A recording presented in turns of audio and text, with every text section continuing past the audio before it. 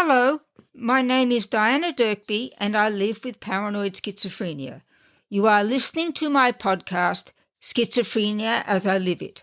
This episode is entitled The Temptation of Solitude. It's been about a month since my last podcast. The reason is that I again had a severe fall and am living with a compression fracture in my back. My doctors are still working out its exact status. If you have been following the podcast, you'll know that falls have plagued me this year. Recently, my doctors concluded that my absence epilepsy is the likely culprit, as it can cause me to miss a beat and lose control of where I am stepping. It's expected that the dosage of my anti-seizure medication will be higher now. In addition to this audio podcast, I will eventually begin a video podcast on YouTube. The theme will be different there, as I will focus on my writing and the lessons I have learned from life. Of course, my schizophrenia will be among the aspects of my identity that I discuss, but the theme will be broader than my schizophrenia. I will keep you updated about the video podcast on this audio podcast. Today, I wanted to discuss the solitude many people living with schizophrenia feel tempted by. I am one such person. These days, solitude means just me and my spouse. My love for my spouse and his for me have made us a unit, almost like one person.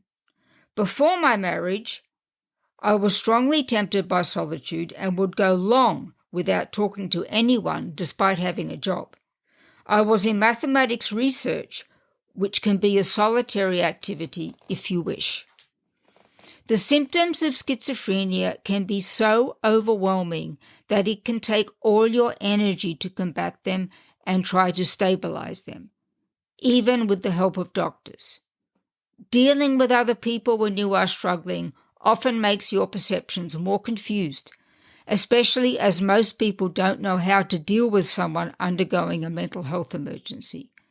You are faced with the effort of compensating for your symptoms as well as fielding stigma from some of the people you meet outside your home.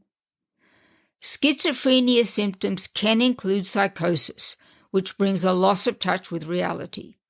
Some people with schizophrenia know when this rupture is getting severe, and others don't recognize it at all.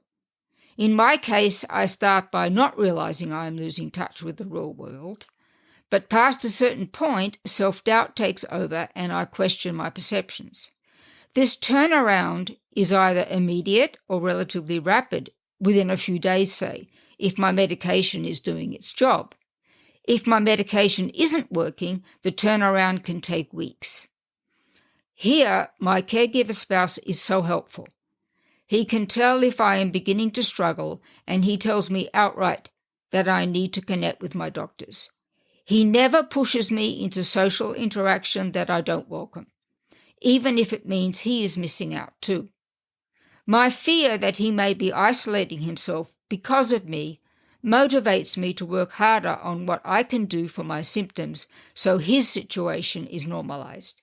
Yes, having a caregiver with whom you have an honest relationship can be so important. Like many people living with schizophrenia, even when my symptoms are well under control, they nonetheless present themselves. Still, medication and therapy give me the objectivity I need to identify what is real and what isn't. So, in talking about the temptation of solitude at its strongest, I need to think back to the long period after I left home but before I married. I had several severe relapses during those years, despite consulting doctors. It took me a long time to find a psychiatrist and psychologist who was genuinely effective at controlling my symptoms. Years of my life were spent doing my job as best I could. Being a research mathematician was an excellent choice due to its flexibility. I could work while feeling my best and rest when I couldn't work well. My career was a success before I retired early to become a writer. My debut novel is The Overlife, A Tale of Schizophrenia by Diana Dirkby, my pen name. I have discussed it extensively in previous podcasts, and you can find information on my Instagram account at DianaDirkby_writings. The detailed account of the main character, Sarah, is close to telling what it's like for me to live with paranoid schizophrenia. I lived mainly in France when I was single, where research mathematicians aren't paid well by American standards. However, I did not feel poor, as I had enough to buy what I needed and pay rent for my small studio. I even eventually purchased a 2-room apartment. During a relapse, what is also called a psychotic break, though that description invites a lot of stigmas, I would have visual and auditory distortions that made it impossible for me to interact with people in any meaningful way, and a challenge to do much else even at home. The best pastime for me during such periods was to listen to music. I mainly listened to classical music, a consequence of my upbringing. My love of films brought me to love a lot of film music, and my marriage brought me my husband's love of old-fashioned country music. So I would steep myself in classical music in my studio and only go out to watch a movie and shop. I had no TV. I often forgot to eat, which I could ill afford as I am chronically thin. Even antipsychotics, which are known for putting on weight, have not affected my waistline. My fellow mathematicians noticed this change, and that's how many of them realized I must be sick in some way. Their comments about my weight loss were helpful, as they motivated me to eat more regularly, aiding my eventual recovery. In passing, let me comment that there is a lot of stigma against people who are overweight or obese. People often say they are greedy, and that is why they are fat. There can be many reasons a person gains weight, from psychological problems to medications like antipsychotics. Everyone's body has its way of reacting to food. There should be no shame or guilt attached to someone thin or fat. If fat people overeat, then it's a mental health problem and should be treated as such. Hollywood doesn't help by often employing actresses and actors who are unnaturally thin or fat. Hollywood doesn't help people living with schizophrenia either, as they usually portray such people as dangerous villains who commit crimes in their shows. During those periods when I was single and fighting stigma, what was the attraction of solitude? In my novel, The Overlife, I describe a period when I was sick and afraid to be at home. That was the most dangerous period for my eventual recovery outside a mental institution. I have never spent a period in the psych ward, even though that may have helped me at times. Following my fear of my home was the conviction that it was a safe place. I didn't particularly appreciate sleeping in the streets of Paris, France. The alternative was staying home. My home, a studio in Paris, France, at the time of my first big psychotic break, became my brain. I was undergoing many of the symptoms of schizophrenia, including auditory and visual hallucinations, but I felt that they were confined to my studio. Hence, the temptation to isolate myself there was powerful.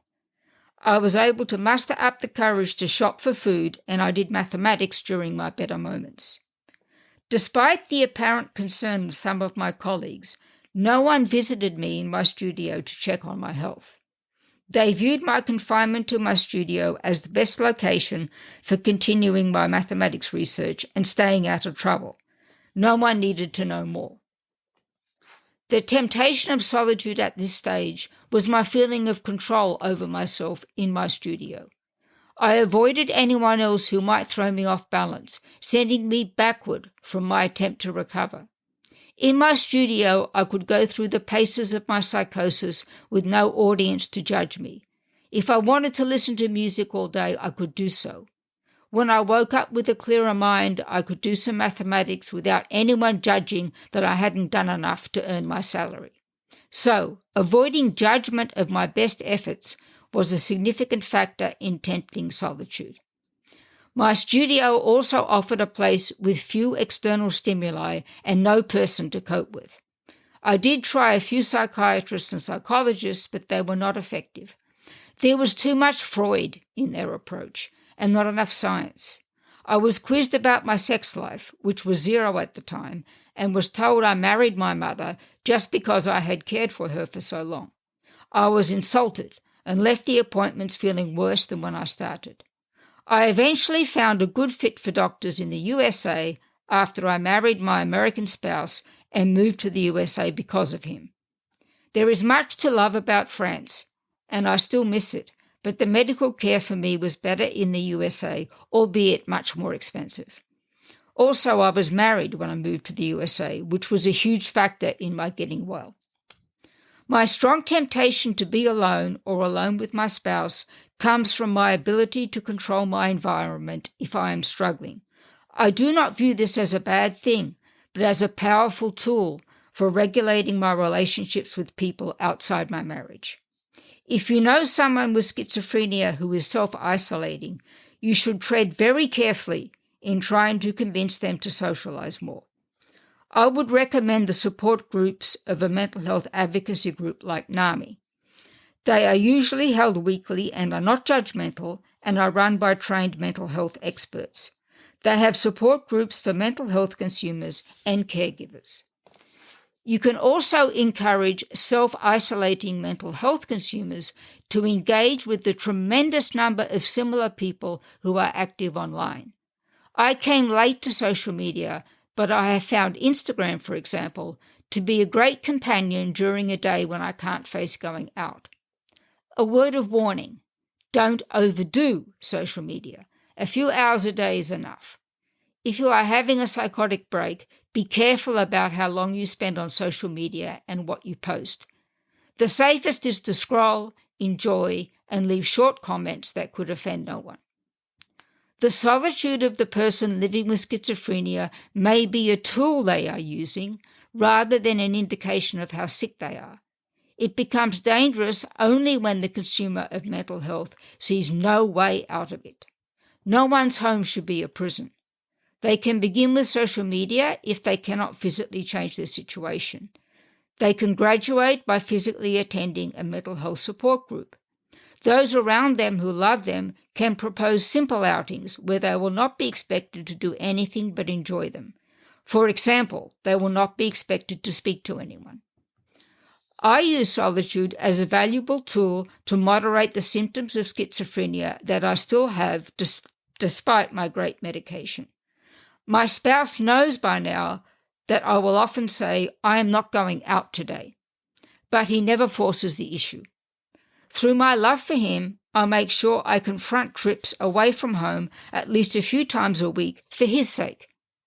We have reached a good balance between my days at home and the days we go out together.